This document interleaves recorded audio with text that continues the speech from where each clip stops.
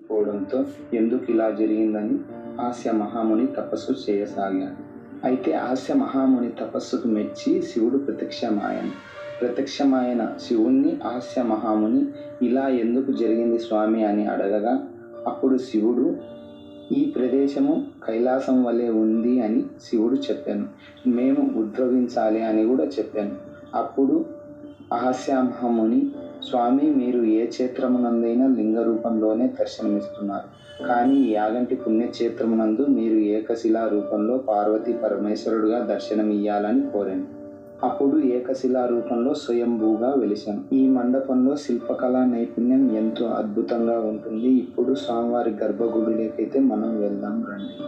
స్వామివారి గర్భగుడిలోకి వెళ్తానే మనస్సుకి ఎంతో ప్రశాంతంగా అనిపిస్తుంది. ఆ పార్వతీ పరమేశ్వరుని నిజరూప దర్శనం చేసుకుందాం రండి.